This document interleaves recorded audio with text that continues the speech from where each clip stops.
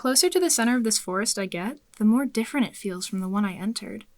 We're now well past the common piles of loose change collected by the finders. In fact, there's pretty much no finders around these parts of the forest.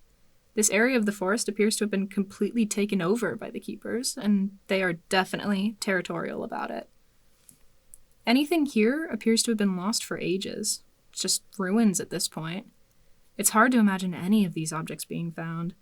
They're held within the grasps of this forest, both literally and metaphorically, and I don't think they're ever getting out. As I get closer to the keeping tree, I'm beginning to see why it's been given that name. The roots of the keeping tree stretch out pretty far from the tree itself, taking anything in their paths. Just about every object I'm coming across has been entangled within its roots and vines. In the worst cases I've seen, it's as though they've become part of the tree itself, petrified into the bark.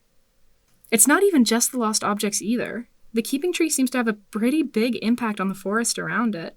I started to realize that more and more trees around me were dead and no longer growing leaves the closer I'm getting to it.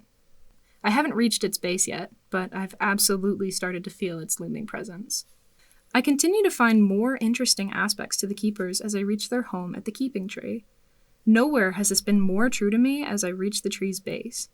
Greeting me at this tree is another stuffed animal, but this one wrapped up in vines and wood and surrounded by treasure.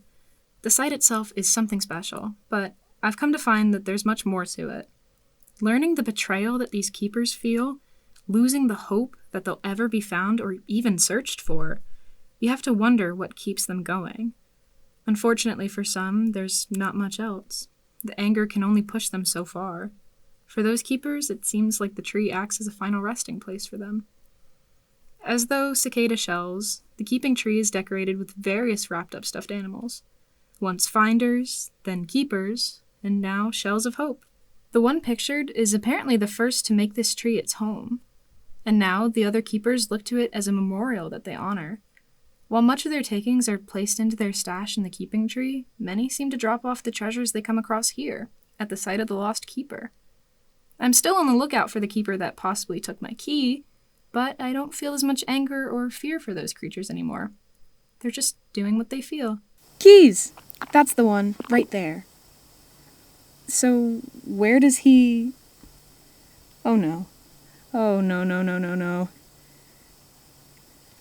Well, that's where the keys are. Guess we'll have to get up there.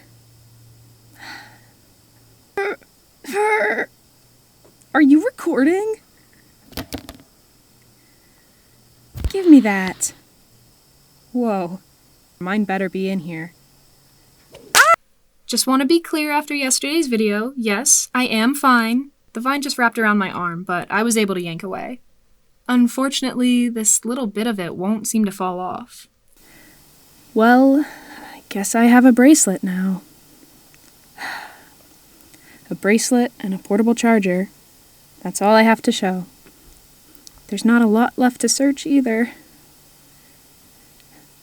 I don't want to say I've lost hope, but I, can't say it's looking too bright.